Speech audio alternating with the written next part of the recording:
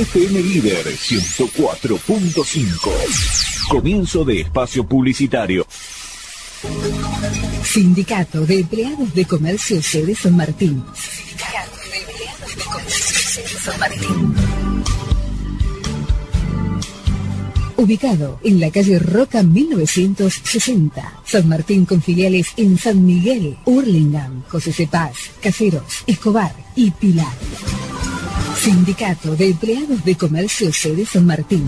Junto a los compañeros mercantiles, siempre. Un futbolista, para ser veloz, tiene que correr en puntas de pie. Enseñanza individual de fútbol, Eduardo Filippetti, ex Estudiantes de Casero. Comunicate al 15 62 19 69 16. Torneos hay muchos. Los mejores de 5, 6 y 11 se disfrutan a pura emoción en el Club Circe, Constituyentes y General Paz. Comunicate con Mariano al 15 55 14 0935 www.catenaccio.com. Cuida tu transporte y tu tranquilidad. Livando los ofrece como chofer todos los registros. Celular 15 41 56 14 61.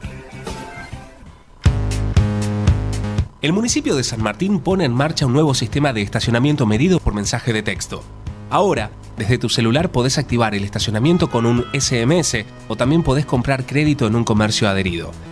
Este nuevo sistema ordena el tránsito en las zonas céntricas y mejora la seguridad vial. Para conocer más acerca del nuevo estacionamiento medido, ingresá en www.sanmartin.gov.ar.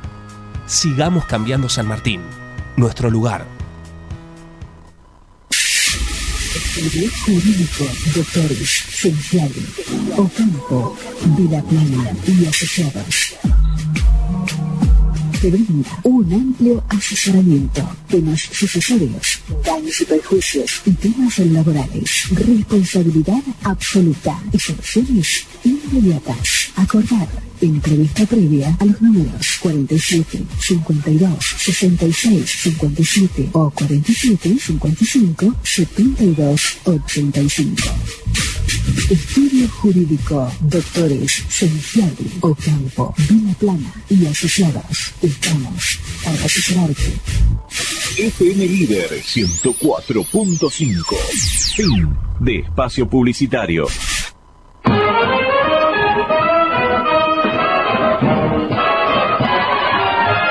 Desde este momento comienza Hablando de Seguridad, creado y conducido por Hermes Acuña, postítulo universitario en Seguridad y Resolución de Conflictos.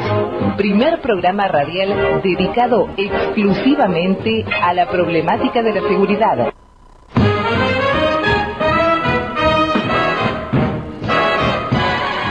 Hola, buenas tardes, soy Hermes Acuña, 12 de abril de 2016. En el aire, desde la ciudad de Villa Lynch, partido de San Martín, provincia de Buenos Aires, en el estudio Héroes de Malvinas de FM Líder 104.5, hablando de seguridad.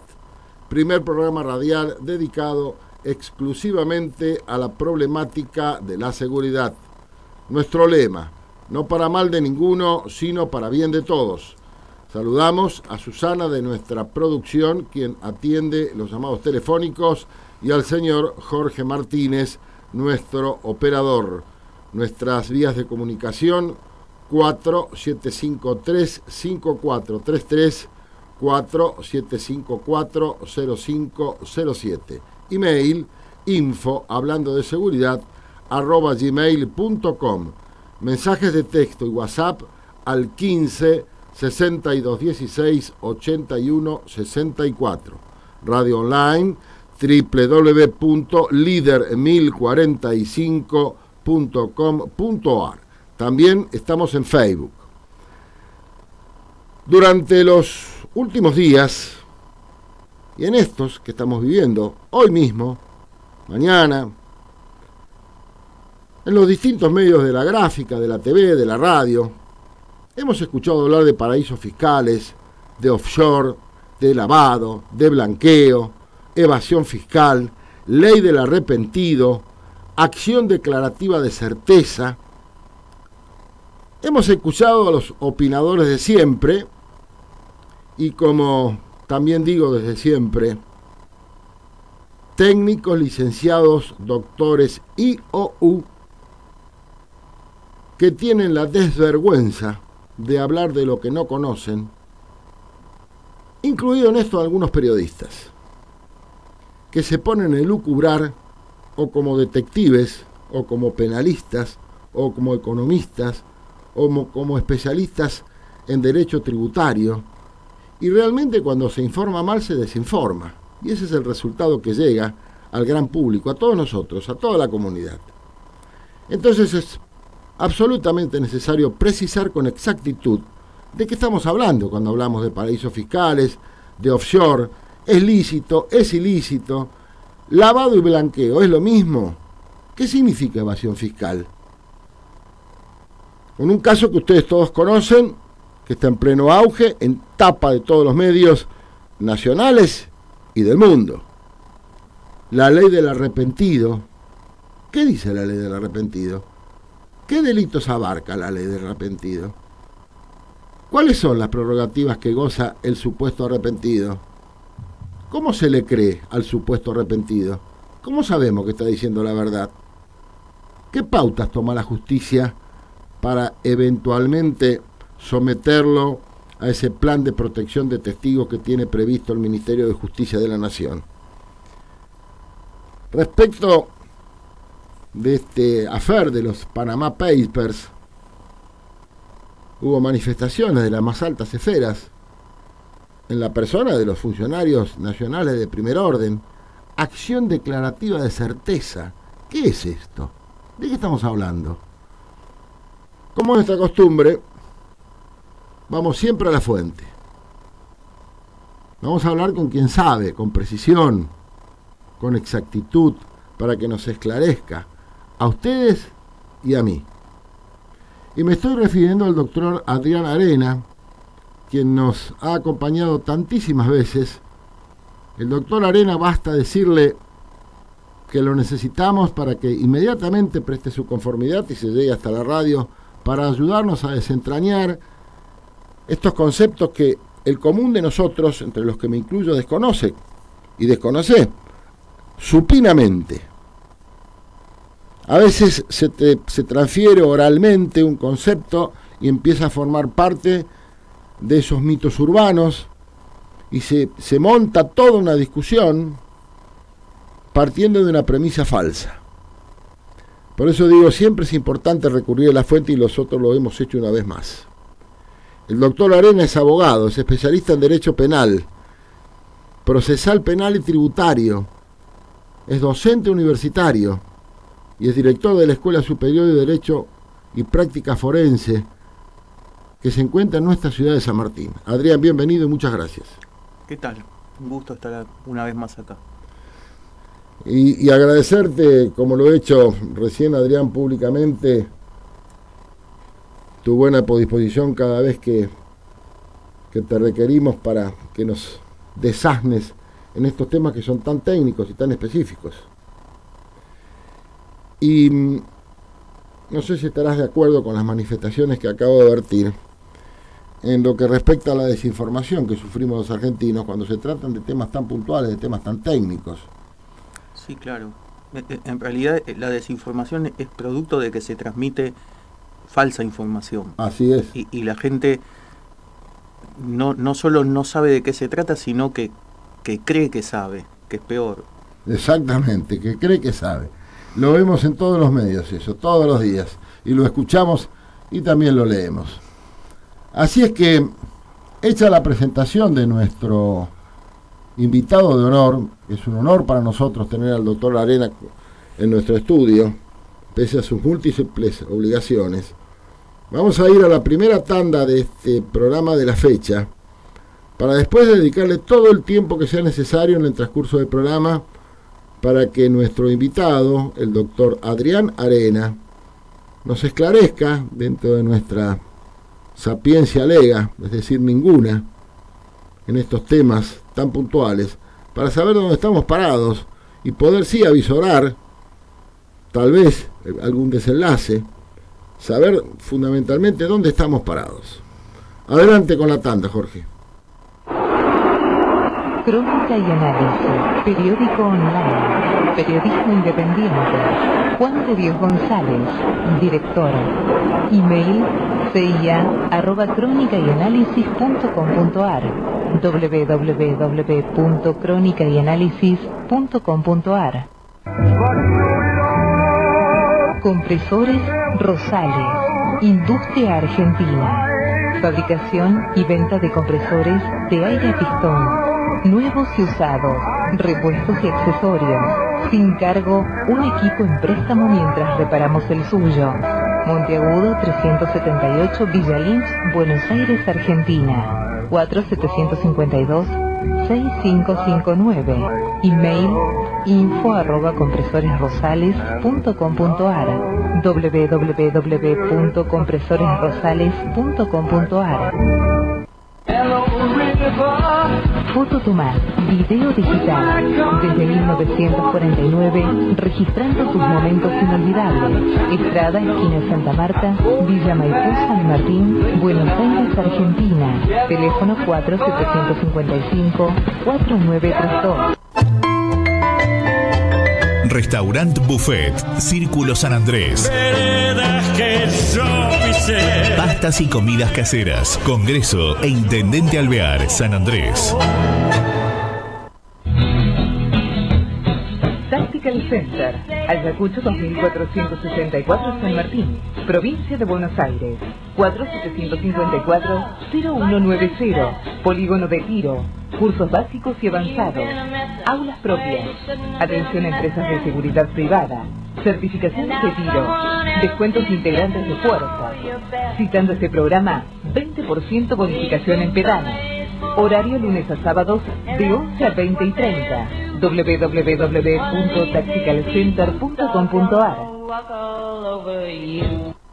Mira si un abogado se va a ocupar de esa pavada. Hasta el más mínimo conflicto requiere una solución. Mejor, consulta a un abogado. Este es un mensaje del Colegio de Abogados de San Martín. Tus derechos, nuestro deber. Auspicia en este bloque String Tour de Hugo Oscar Benemérito, fundada el 8 de agosto de 1988. Seriedad, responsabilidad y eficacia satisfaciendo sus necesidades. Mitre 3632, San Martín, Buenos Aires, Argentina. 4713-3227 y 4713-7841.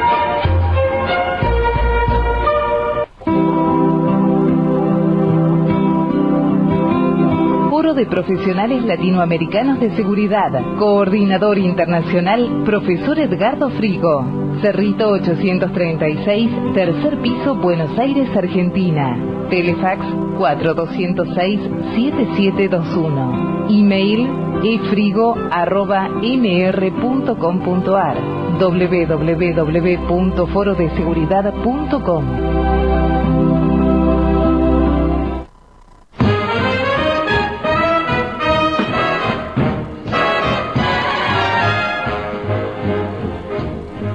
Seguimos entonces con nuestro invitado, el doctor Adrián Arena, y vamos a empezar a desarrollar el temario que hemos preparado para hoy.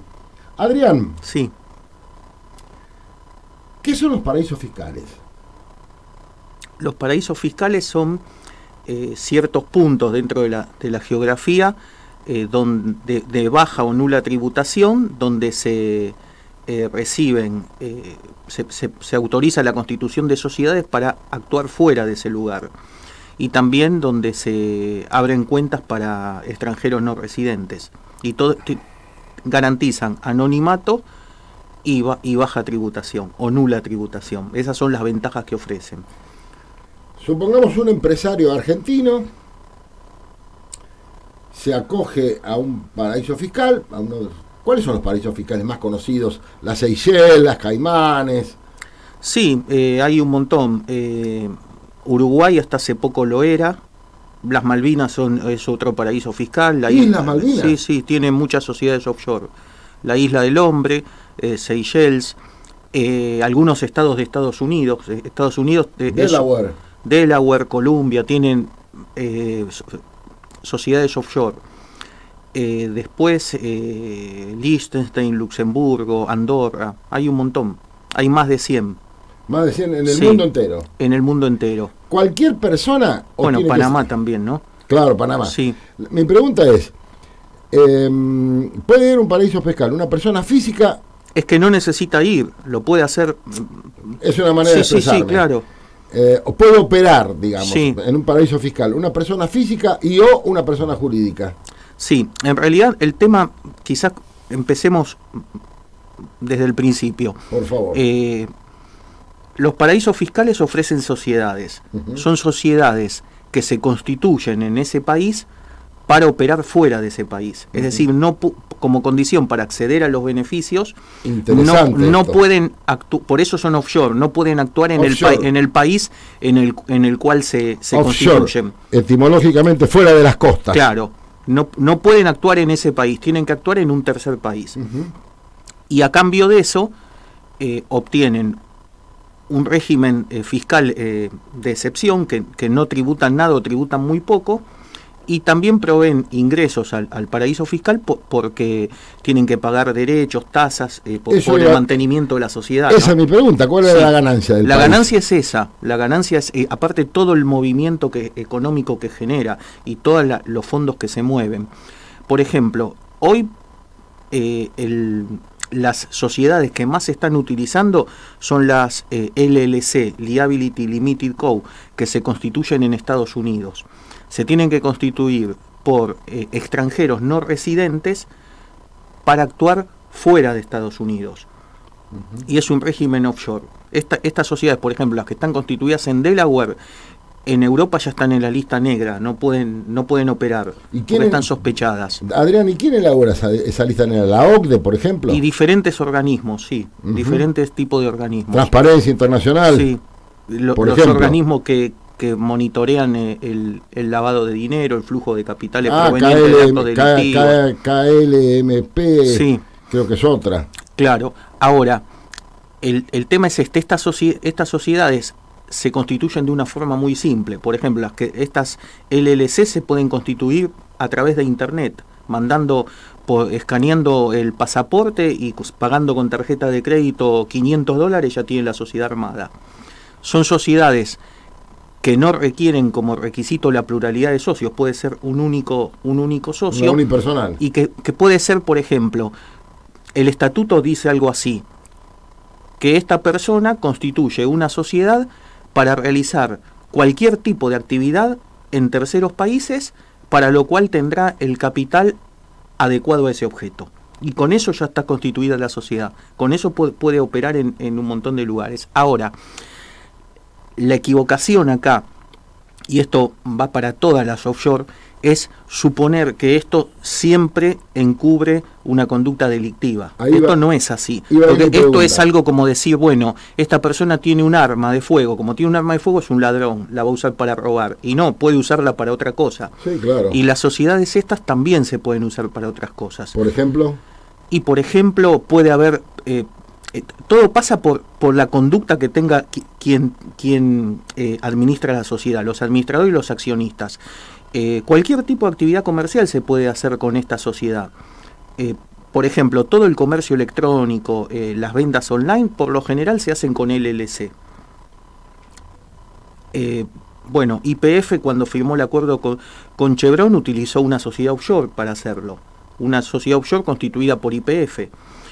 El Banco Río, por ejemplo, en Latinoamérica, el Santander en Latinoamérica utiliza sociedades offshore que son accionistas de las entidades locales y está todo declarado y eso es legal, no hay problema con eso. El problema es cuando se utilizan esas sociedades para ocultar activos, para evadir impuestos o para movilizar fondos provenientes de delitos, que son aptas para eso porque tienen una característica, que son realmente anónimas porque las acciones son al portador, no son nominativas. Es decir, el dueño de las acciones es el que las tiene en las manos. Claro, claro. Esa es una ventaja que no es comparable con ninguna otra.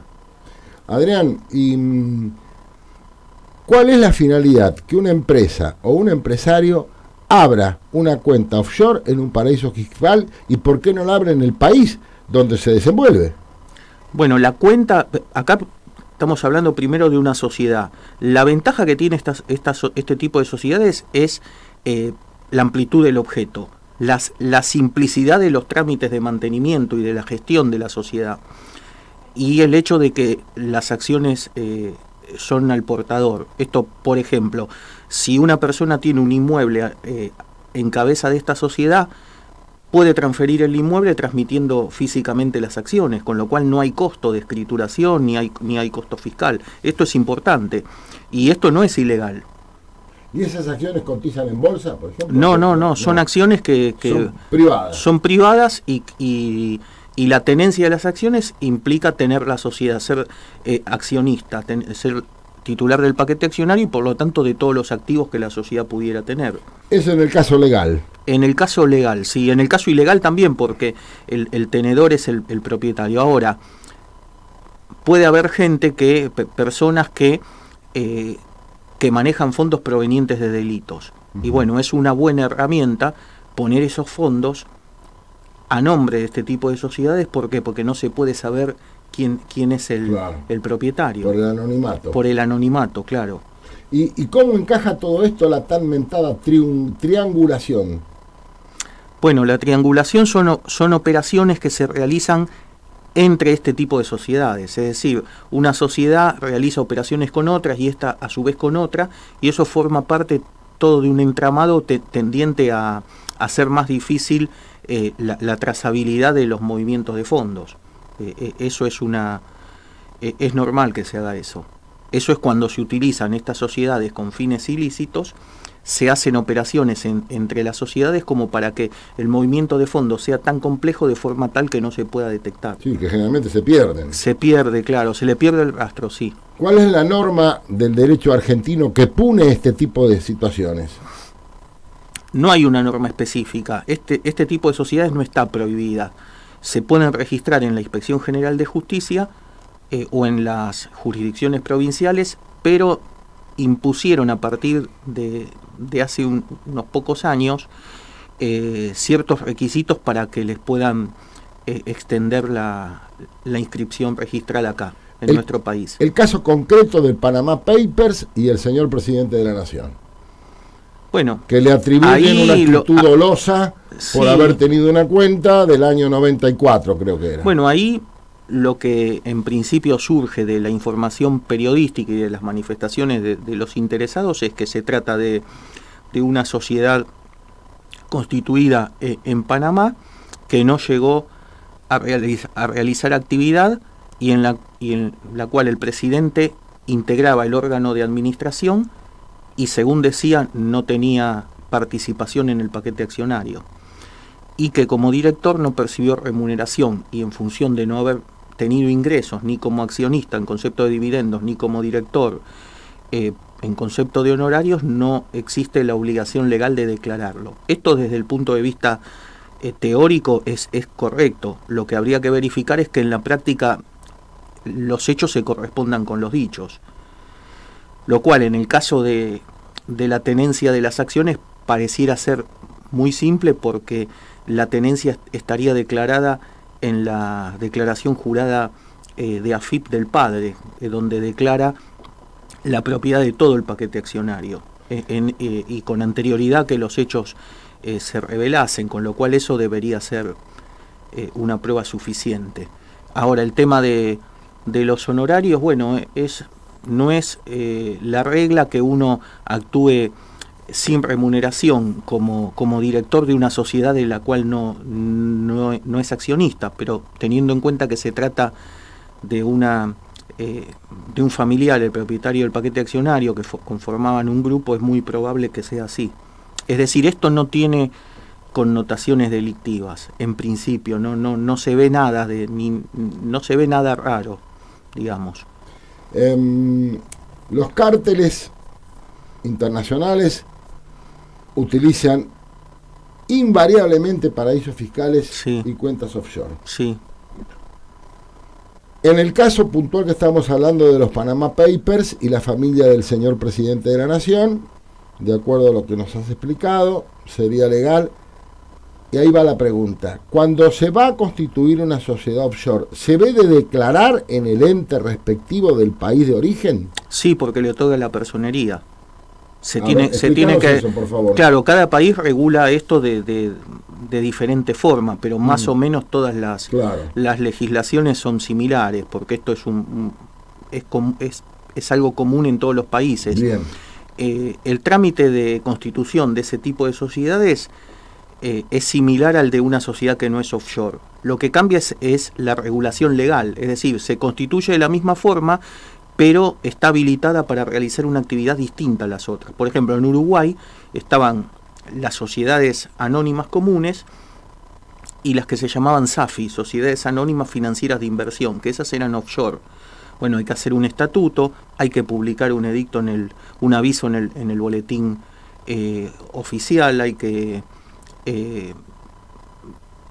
hacer todo el trámite de registración y después se extienden un testimonio donde consta la personería y con eso se acredita la existencia legal de la sociedad. Ese procedimiento es uniforme en todos los países. Los que constituyen la sociedad que están expuestos en el estatuto, figuran en el estatuto en forma inicial, pero como las acciones son al portador, las sucesivas transmisiones no quedan registradas. Son los primeros los que figuran, que por lo general pertenecen al estudio que las comercializa, que son unos pocos. Bueno, como están Mossack Fonseca en Panamá, está Cuquier en Uruguay, y después también ofrecen este tipo de sociedades con una cuenta bancaria, como para poder acceder a la posibilidad de hacer depósitos, ¿no? De operar la sociedad a través de cuentas. Entonces queda claro, y me corregí si me equivoco, para constituir una cuenta offshore yo lo tengo que declarar ante el ente correspondiente en el país de origen. Sí. Si no se convertiría en ilegal. Es que si no se podía hacer. No se puede hacer porque el trámite de constitución requiere un contrato y la inscripción de ese contrato en el registro público de comercio o en el organismo equivalente. Y cuando aprueban la inscripción, extienden el testimonio con el cual se acredita la existencia de la sociedad. Y los que no y aquellos que, porque hemos tenido noticias periodísticas de cuentas offshore en Panamá, por ejemplo, que no han sido declaradas en el ente argentino. No, claro, ¿por qué? Porque está bien, están los dos esas casos. Sociedades que se constituyen, por ejemplo, en Panamá y que se inscriben en Panamá y después uno compre una sociedad de esas, cuando compran la sociedad le dan el estatuto y le dan las acciones. Ahí la persona pasa a ser dueña de la sociedad. Bien. Después tiene la opción, si es un argentino, tiene la opción de declarar su participación en esa sociedad o de no hacerlo, de operar sin declararlo acá. Tal cual, y en ese caso podría llegar a configurarse delito si se dan los requisitos del tipo penal de la evasión fiscal, que puede no darse. Iba a preguntar el tipo penal, ¿es evasión fiscal? Es evasión fiscal simple o agravada, pero para que el delito se configure se requieren ciertos requisitos, por ejemplo, ciertos montos. Tiene que ser 400.000 pesos de monto evadido por periodo fiscal para que sea evasión simple. Si no hay ese movimiento, no hay evasión fiscal. Claro. Hay muchos que compran las sociedades porque se le puede dar otro uso a las sociedades. Por ejemplo, cuando una persona está reestructurando su deuda, ¿no? A través de un concurso preventivo, para que la propuesta sea aprobada, es decir, para que el acuerdo preventivo se homologue, se requiere el voto de una cantidad determinada de acreedores. Muchos compran este tipo de sociedades para fabricar acreedores, y estas sociedades son las que votan el acuerdo, por ejemplo. Eso de fabricar me suena mal. Claro, bueno, pero se hace. Es decir, entonces dicen, generan un pasivo en el exterior en cabeza de una sociedad offshore y la sociedad le vota la propuesta de acuerdo preventivo al concursado y suma ese voto tanto en capital como en el voto nominativo para obtener la mayoría. Claro, ahí se utiliza en perjuicio del resto de los acreedores. Claro, ahí se cerró el círculo. Claro, hay muchos que por lo general en todos los procesos de reestructuración de deuda importantes aparece algún acreedor de esta naturaleza, que es el propio deudor que se vale de una sociedad offshore para sumar mayoría. ¿Me permitís que te traslade algunas inquietudes? Sí. Un colega y un amigo, el doctor Roberto Melchiori, Sí. Con el cambio del Código Civil, que se puede crear una sociedad con un solo miembro, pregunta, ¿se podrían crear sociedades offshore en nuestro país por extranjeros? Lo que pasa es que nuestro país no tiene régimen offshore. Es un régimen de extraterritorialidad. Nuestro código no contempla la posibilidad de constituir sociedades en nuestro país para que actúen únicamente fuera de nuestro país. Sí se puede hacer una sociedad unipersonal con ese régimen, pero sería una sociedad local. Claro. Y además no tendría los beneficios que caracterizan a la offshore, que es un tratamiento fiscal más benévolo por operar fuera del país. Claro, claro. Es decir, el régimen offshore es un régimen donde en el país tributa poco a cambio de que toda la actividad económica y todos los activos los tenga en el exterior. Claro. Requisito sine qua non. Sí, y otro requisito es que la legislación lo contemple y Claro. que establezca un régimen diferenciado para este tipo de sociedades. Que no es el caso argentino. No existen acá. Claro, no es el caso Sí. argentino. La señora Clara de San Martín por un mensaje de texto. ¿Se saben los nombres de los verdaderos dueños de estas sociedades cuando se crean?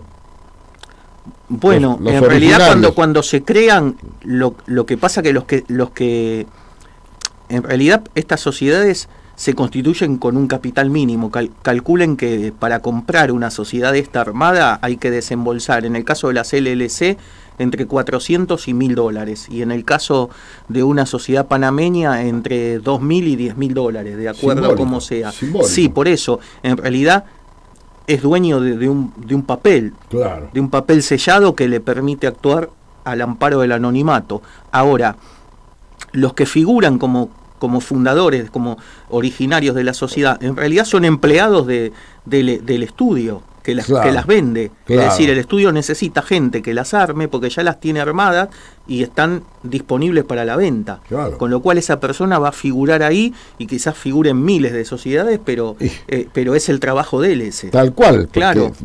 Tal cual, en el Panama Papers se habla de miles y miles y Sí, miles. sí. Por ejemplo, en un edificio en Delaware hay más o menos 60.000 sociedades con domicilio legal en ese lugar. En Panamá, en la Torre de las Américas, que ahí es donde funcionaba SGI. SGI funcionaba en una oficina virtual de las... Estamos hablando de la Rosadita. Sí, de la Rosadita. Tenía un domicilio, porque uno compra, unos le venden la sociedad y otros le venden la oficina comercial. Por ejemplo, uno va a Regus en Puerto Madero y compra una oficina virtual en la Torre de las Américas en Panamá. Paga $500 por mes y tiene un domicilio en Panamá, un teléfono de línea en Panamá, y cuando lo llaman por teléfono lo atiende acá desde el celular. Y después cuando paga la mensualidad le liquidan también los costos del teléfono. Y operan ahí con ese domicilio. Bueno, ahí SGI estaba ahí. Y ahí funcionan más de 30.000 empresas, por ejemplo. Bueno, acá también hay lugares así. Hay varios. Estoy sin palabras, Adrián. Señor Hugo, de Villa Devoto. Si esto es privado y secreto, y al salir publicado en el mundo, ¿quiénes son? Estos pueden demandar, y en este caso, ¿a quién? Porque lo que entiendo que quiere decir el oyente es que sí, bueno, en realidad el secreto. El tema acá, porque acá lo que dicen es, este consorcio internacional de periodistas dice que hicieron una investigación. En realidad acá no hay tal investigación, acá robaron datos. Lo que hicieron fue robar datos y dicen que se trató de una investigación periodística. Robaron datos y después empezaron a ver qué había en lo que robaron. Eso fue lo que hicieron y como era un montón de información la distribuyeron en creo que 300 periodistas alrededor del mundo. Sí, un diario alemán que vio que esto lo desbordaba, claro, y decidió compartirlo con otros colegas periodistas. Eso. Ahora, el tráfico de datos en algunas legislaciones es delito. Lo que pasa que bueno, habría que analizar puntualmente el caso. Pero si una persona realiza una actividad ilegal, nunca va a poder reclamar por los derechos para proteger esa ilegalidad. Eso no se puede hacer. Elemental. Eso no. Ahora, si es una actividad legal, sí tiene una acción contra los que obtuvieron los datos. e incluso contra Mossack Fonseca por no haberlos preservado, porque Claro. ahí hay un deber de seguridad, una obligación de seguridad de garantizar la intangibilidad de esos datos. Vos te referís a la consultora panameña. Claro, sí. Claro, Pero claro. bueno, el tema es cuando uno realiza una actividad ilegal, cualquier avasallamiento de esa actividad no produce un daño resarcible. Uno no Entiendo. tiene derecho a pedir que se le dé protección a lo ilegal. Claro. Eso sería así. Absolutamente. Adrián, lavado y blanqueo, ¿es el mismo concepto? ¿Es la misma cosa? Sí, el tema es así. Hoy podemos decir que sí, porque hoy la legislación es uniforme. En todos los países tienen los mismos conceptos. Lo que se hace es el dinero o los ingresos que provienen de una actividad ilegal, que tiene que ser delictiva, que es lo que se llama el delito precedente, se lo Recicla. introduce en el circuito legal. En una economía a través formal, claro, claro. la economía formal, a través de alguna actividad supuesta que generaría esos ingresos. Ese es el concepto, digamos, simplificando el concepto de lavado. ¿Y por qué suele confundir? Porque en alguna época lavado era una cosa y blanqueo era otra. Ahora No, el bueno, criterio- porque el blanqueo, el tema del blanqueo es quizás el lavado de dinero es delito. El Claro. blanqueo en algunos casos no lo es. Es la posibilidad que se le da a alguien de exteriorizar ciertos bienes que no son de origen delictivo, sino por los cuales quizás no se tributó y que no necesariamente es delito. Digamos, un concepto más amplio. ¿Podemos puntualizar un poco más en esto? Sí, sí. Es interesante. Blanquear sería exteriorizar algo que no está exteriorizado. Bien. Puede en algunos casos ser una actividad ilegal y en otros no. Hubo una ley de blanqueo en el Claro, gobierno por anterior. eso en algunos casos se exterioriza el amparo de una ley que da ciertos beneficios por hacerlo. Por ejemplo, pagar un monto fijo o pagar una alícuota reducida o no pagar nada y empezar a tributar a partir de ahí. Está bien. Por lo general, todos estos procesos de blanqueo se dan después de una crisis económica o cuando hay necesidades del Estado de hacerse de recursos y pone en vigencia un régimen de estas características. Por ejemplo, lograr la repatriación de capitales. Por ejemplo, o también a veces el atractivo es que se extinguen los procesos penales por evasión fiscal. Es decir, cuando hay una causa abierta por evasión fiscal y se pone en vigencia una ley de blanqueo, a quien está imputado de esos delitos, si accede al blanqueo, se extingue la acción penal. Claro. A condición de que cancele toda la obligación que asume como consecuencia del proceso de blanqueo, que puede diferir, porque eso se regula en cada momento. Claro. Esa sería, digamos, la Excelente, situación. excelente, Adrián, excelente. En un caso muy conocido, como es el del señor Fariña, se habló en las últimas horas, en los últimos 2 o 3 días, de que se acogía a la ley del arrepentido. Y decían que la ley del arrepentido tenía algunas características, obviamente que las tiene, y que hay un plan de protección de testigos. Y que en este caso, como se hablaba de lavado, sí podía acogerse a esta ley. ¿Esto es así? Sí. Lo que es la... ¿Podrías explicarnos, Adrián, por favor, el concepto de la ley del arrepentido? Sí. Digamos que los sistemas procesales, cuando regulan la investigación criminal, en algunos casos contemplan ciertos mecanismos para esclarecer los hechos que se están investigando. Y uno de esos mecanismos es que ciertas personas vinculadas con el delito, a cambio de prestar una colaboración que pueda permitir dar con los autores o con autores de delitos más graves que los que se le imputan a estas personas, obtenga algún beneficio. Este beneficio puede ser la conmutación de la pena, la reducción de la condena o cualquier otra cosa que establezca la ley. Para que esto proceda no puede el juez decidir aplicarlo, sino que es el legislador. Tiene que haber una norma que contemple esta posibilidad y que establezca bajo qué condiciones opera y qué requisitos hay que darse y en qué momento del proceso se puede hacer. ¿Esta sería la 25764? Sí, esto se da en el caso de investigación de delitos de narcotráfico y en el de lavado de dinero. En esos casos se puede aplicar esto. Ahora, lo que tiene que ser es que la información que proporciona la persona tiene que conducir al éxito de la investigación. Tiene que ser veraz, claro. Tiene que ser veraz y tiene que ser útil. Y tiene que ser información nueva, es decir, no información que ya esté en el expediente. Claro. Sí. Claro. Y, ¿cómo se accede a este programa de protección de testigos? Porque hay un programa nacional de protección. Sí, es un programa, ¿Cómo se accede es un programa que administra el Ministerio de Justicia a instancias del Poder Judicial, que es de protección de testigos y de imputados. Y bueno, le proveen en algunos casos custodia, en otros casos alojamiento y hasta pueden darle una identidad también diferente. ¿Que se extiende en el tiempo o es limitada? Que se extienda en el tiempo. Ahora, el tema es si esto funciona en la práctica. En los papeles funciona. Ahora hay que ver si en la realidad funciona. En Argentina, como todo lo que pasa acá, ¿no? En la Argentina, habría que ver eso lamentablemente, también. Sí. tenemos alguna experiencia que no ha funcionado y ha costado la muerte de algún testigo. Por eso, ese es el tema, ¿no? Que hay que ver cómo algo que en teoría pareciera ser que funciona, hay que ver si en la práctica y con los escasos recursos disponibles se puede garantizar eso. En tu muro de Facebook, y hablando, que lo leo con avidez, porque es una cátedra. Sí, tu muro es una cátedra, realmente.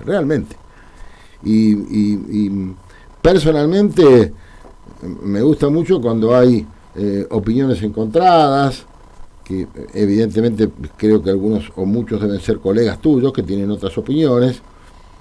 Y cuando se trató el tema de Panama Papers y se mencionó al señor presidente de la Nación, se habló de la acción declarativa de certeza y vos tuviste un concepto muy puntual respecto de eso. Sí, en realidad ahí, no sé, creo que hicieron una presentación judicial.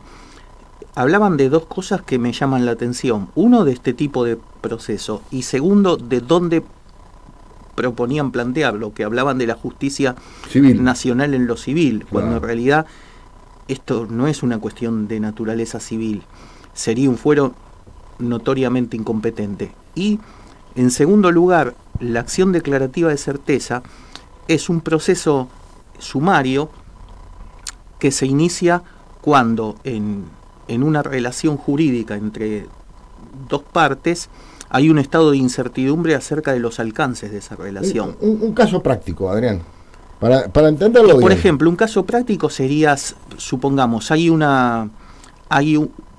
con el tema de un ejemplo, con el tema de la especificación en el 2001. Sí, señor. Hay una situación determinada, una operación determinada, y una parte dice que está especificada y otra dice que no. Hay una discusión en torno a la aplicación de la ley.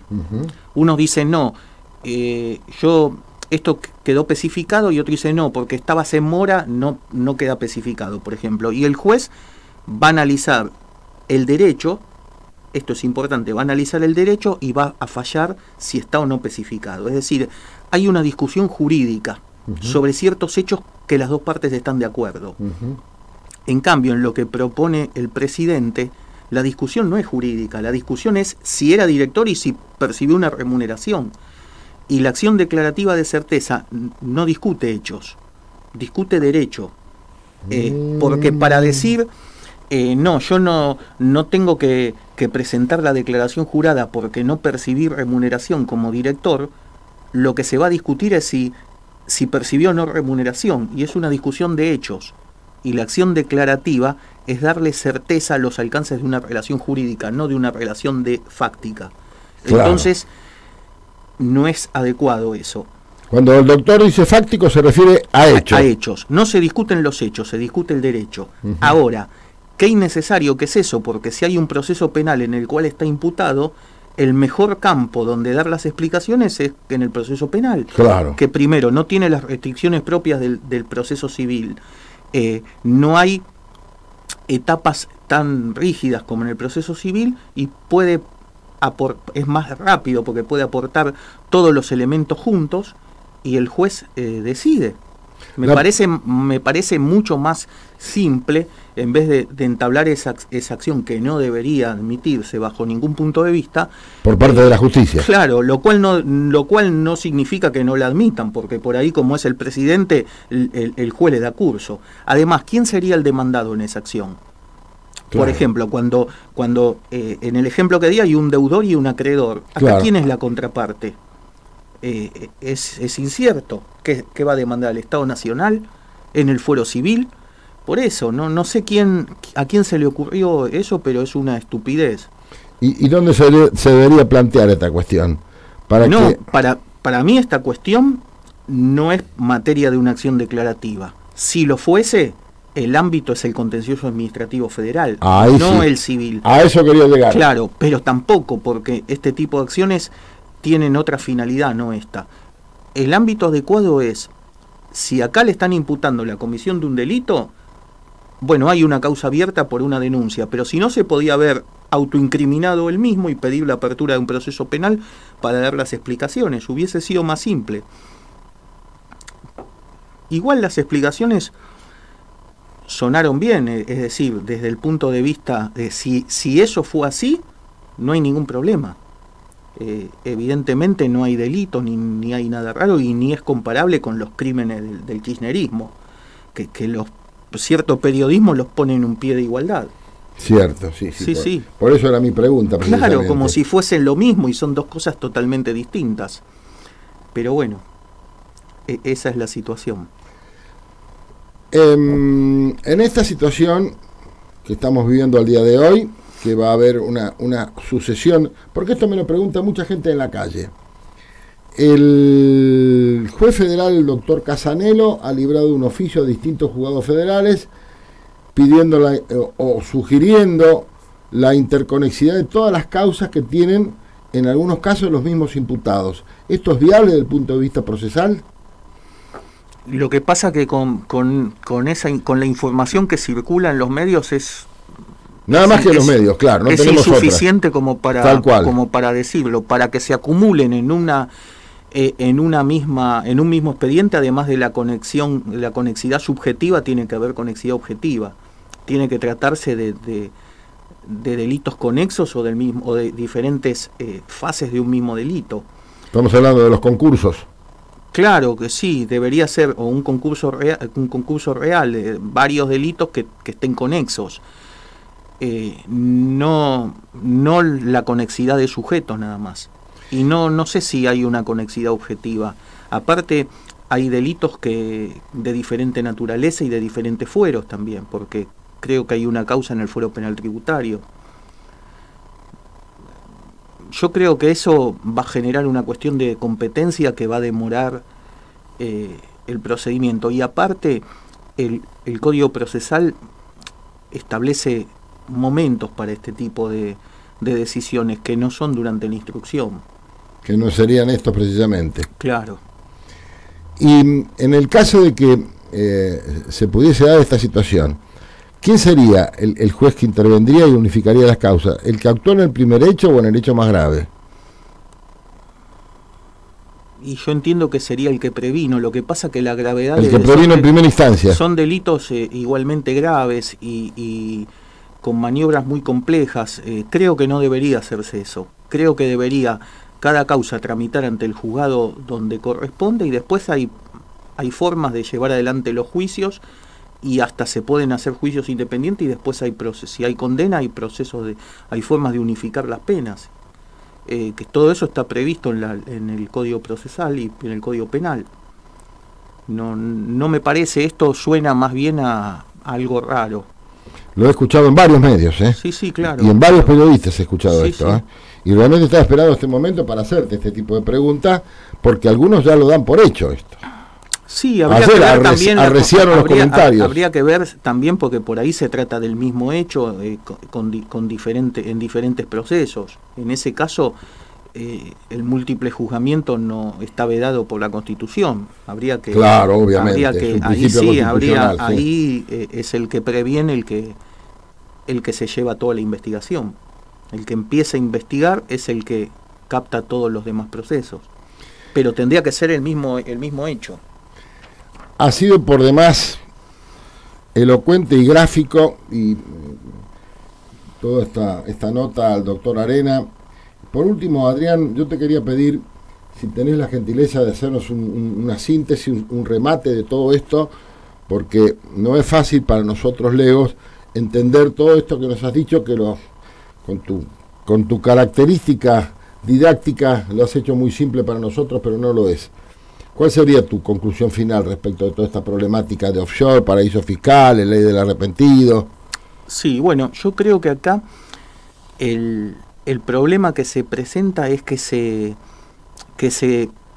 distorsiona una figura, la de la sociedad offshore, y se sostiene sin ningún tipo de evidencia que en todos los casos que se utilice una sociedad offshore es porque hay o evasión fiscal o un delito atrás del papel sellado de la sociedad. Y eso no es así. La sociedad offshore es un instrumento para hacer negocios. Y como todo instrumento puede ser utilizado para cometer delitos como para realizar actividades comerciales. Hoy en un mundo globalizado no tiene ninguna... no es nada llamativo que una persona decida utilizar como instrumento una sociedad constituida en otro país para emprender una actividad comercial. Eso es posible. Y además los países compiten entre sí en materia de beneficios fiscales también para las personas, y de esta forma se desarrolla la economía global, ¿no? Entonces creo que ese es el problema, que acá se está diciendo siempre que hay una sociedad offshore hay delitos, y en realidad eso no es así. La legislación argentina, en alguna de sus leyes agregadas o independientes agregadas al Código Penal o leyes especiales, ¿habla de la banca offshore?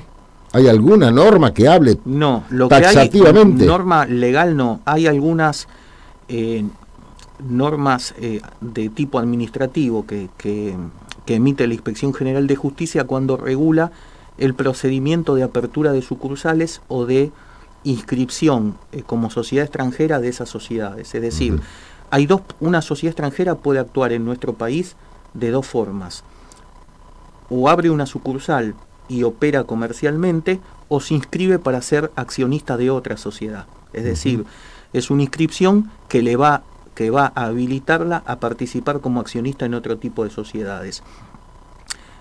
Eso está regulado en la Ley de Sociedades.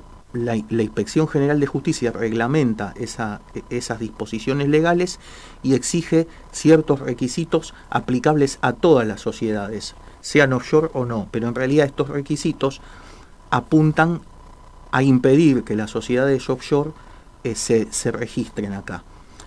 Porque, por ejemplo, si hay una sociedad constituida en Panamá para actuar fuera de Panamá y se quiere abrir una sucursal en la Argentina, le exigen que acredite actividad en un tercer país diferente de Panamá y de Argentina, por ejemplo.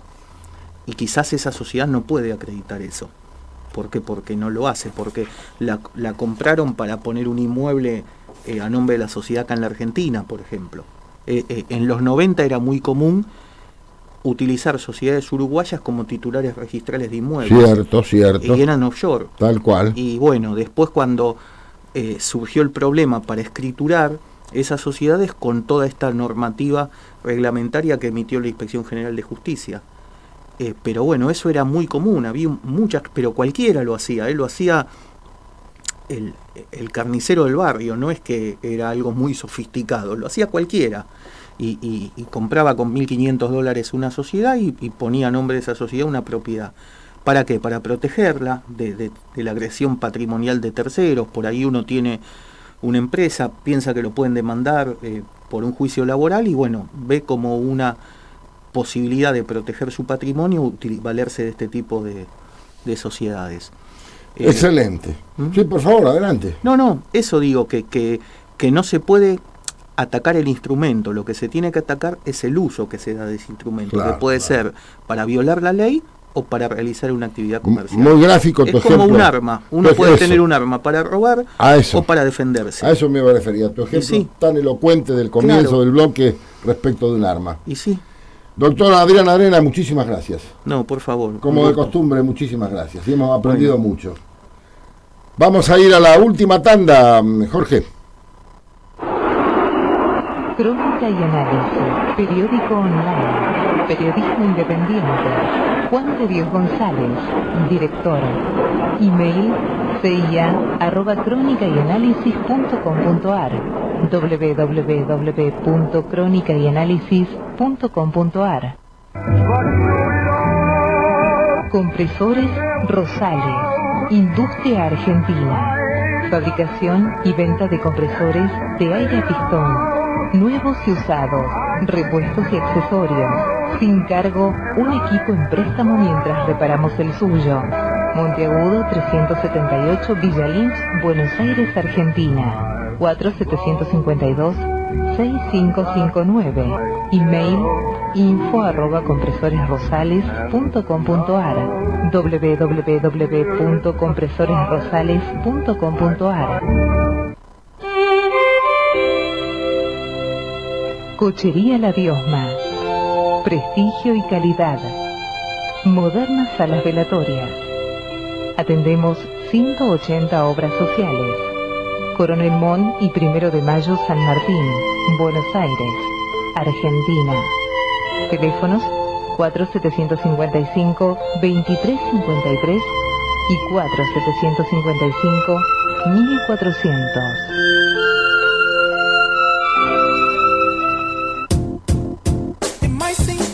CH Electricidad. Mantenimiento y reparaciones eléctricas. Redes, instalaciones, porteros eléctricos, instalación de luminarias, hogar, comercio e industria. Nico, Congreso y Alvear, San Andrés, 155376 8467.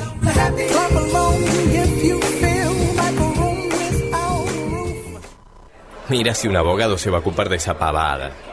Hasta el más mínimo conflicto requiere una solución. Mejor, consulta a un abogado.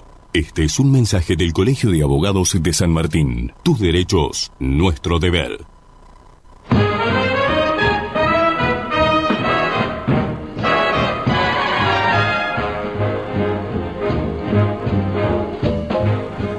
Quedándonos 4 minutos de programa. Estábamos charlando en off con el doctor Arena porque es una fuente inagotable de saber y de información. 30 de marzo pasado, hace 10-12 días, Diario Hoy La Plata tituló: ahora aparece un nuevo agujero negro en el IOMA. Se habrían desembolsado cifras millonarias por el alquiler de bastones, andadores, muletas y nebulizadores, pagando cifras muy superiores a los precios de compra. Según las distintas fuentes consultadas por este medio, la resolución 3544/15, que sospechosamente no aparece publicada en la web de la obra social, reconoce un aumento del 23% en los valores por los servicios que deberían prestar estas empresas de forma retroactiva al 1 de abril, y también incluye una serie de submódulos que servirían como usinas de recaudación clandestina para organizaciones políticas y sindicales. Uno de los sospechosos módulos se denomina equipamiento. Establece valores de alquiler escandalosos, ya que superan en muchos casos los precios de compra de numerosos insumos. Por ejemplo, mientras empresas de internación domiciliaria habrían facturado al IOMA 3.000 pesos en concepto de alquiler por cada bastón, par de muletas o andador, esos mismos elementos se pueden comprar en el mercado por 200, 786 y 788 pesos respectivamente.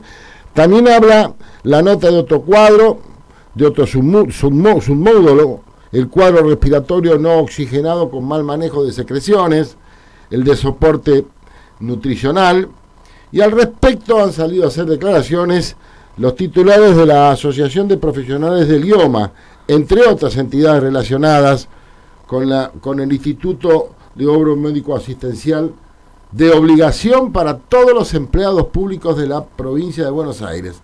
El IOMA hace mucho tiempo que es deficitario, cada vez se retiran del vademecum más medicamentos, Cada vez son menos los profesionales que quieren atender por idioma, y cuando usted pide un turno, y todos aquellos que sufrimos al idioma lo sabemos, los turnos no bajan del mes y medio o 2 meses. Realmente hay un problema muy serio en el idioma, hay intervención de la justicia, hay más de 10 procesados, hay gente detenida. El programa que viene vamos a tratar de juntarnos, de poder entrevistar a alguien relacionado con los profesionales, con esta asociación de profesionales del idioma, para poder hablar un poco más a fondo de esta situación que realmente es afligente, no solamente para los empleados públicos, sino fundamentalmente para los retirados, para los jubilados, para los pensionados, para los que padecen enfermedades oncológicas. El idioma es un verdadero cáncer de hace muchísimos años, por una administración fraudulenta, y así hay que llamarla de una vez por todas. Y reitero, la justicia ya tiene procesados e inclusive algunos detenidos. Y hay lugares claves del interior y de la provincia de Buenos Aires y del conurbano de la provincia de Buenos Aires donde se dan este tipo de irregularidades. Reitero, vamos a hacer lo imposible para tratar de comunicarnos con uno de estos profesionales y conocer un poco más a fondo cuál es la real situación del idioma y su estado patrimonial, fundamentalmente que se ve reflejado directamente en la prestación a aquellos que somos afiliados cautivos. Con todos ustedes nos estamos reencontrando el próximo martes a las 4 de la tarde en FM Líder 104.5, hablando de seguridad. No se vaya, que viene la consigna preventiva que la producción ha preparado y que hacemos siempre al final de cada programa. Hasta el martes que viene, pásela bien y muchas gracias.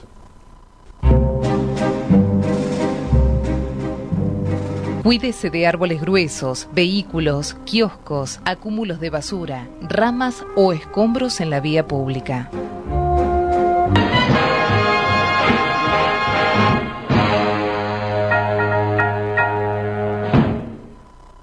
FM Líder 104.5. Comienzo de espacio publicitario.